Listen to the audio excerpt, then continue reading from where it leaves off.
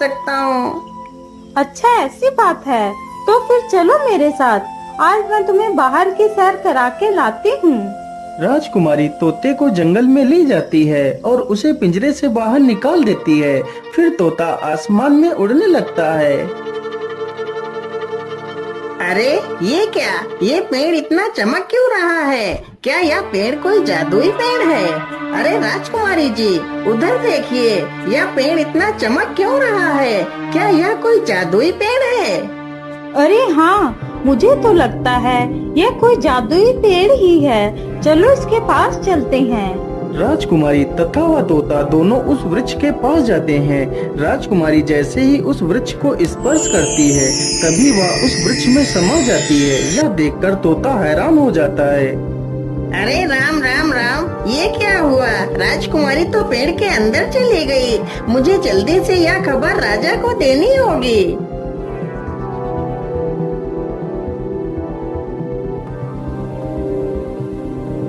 अरे ये मैं कहाँ आ गई?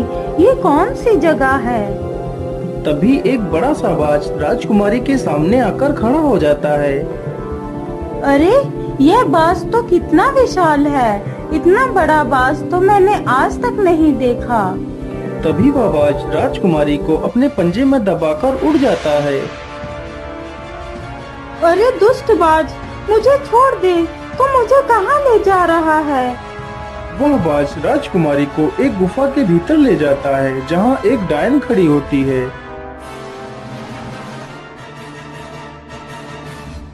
अरे कौन है आप, और मुझे इस प्रकार यहाँ क्यों लाया गया है? मुझे छोड़ दो, मुझे वापस जाने दो।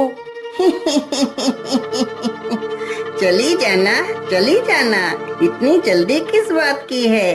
तुम इस समय पाताल लोक में हो। यहाँ से निकलना इतना आसान नहीं है। तुम यहाँ से तभी बाहर जा सकती हो जब मैं चाहूँगी। यदि तुम यहाँ से बाहर जाना चाहती हो तो तुम्हें मेरा एक काम करना होगा।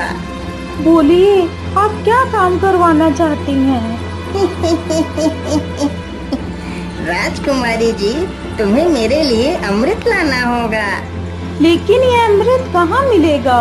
ये अमृत तुम्हें रंगी कंचन की पहाड़ियों में मिलेगा। लेकिन ये पहाड़ी कहाँ पर है? फिर वह डायन राजकुमारी को अमृत लाने का रास्ता बताती है। वह डायन अमृत पीकर अमर होना चाहती थी और पूरी दुनिया पर राज करना चाहती थी। उस डायन ने उस विशाल बाज को अपने वश में कर रखा था, जिससे वह सारे काम करवाती थी। डायन की ये सारी बातें सुनकर राजकुमारी वहाँ से अमृत लाने के लिए चल पड़ती है।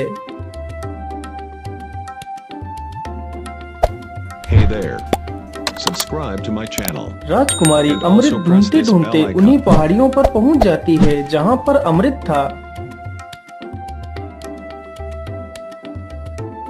मुझे लगता है इसी गुफा में ही अमृत होगा। चलो इसके अंदर चलती हूँ। राजकुमारी जैसे ही गुफा के अंदर प्रवेश करने की कोशिश करती है, तभी एक जहरीला सर्प राजकुमारी को डस लेता है और राजकुमारी की वहीं पर मृत्यु हो जाती है।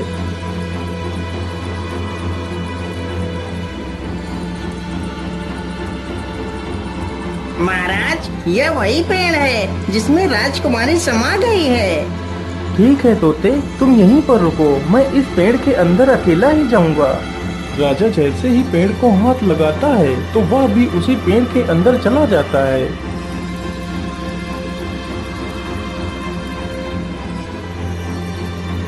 तभी वही बाज फिर से आता है और राजा को भी उठाकर उसी डायन के पास ले जाता है।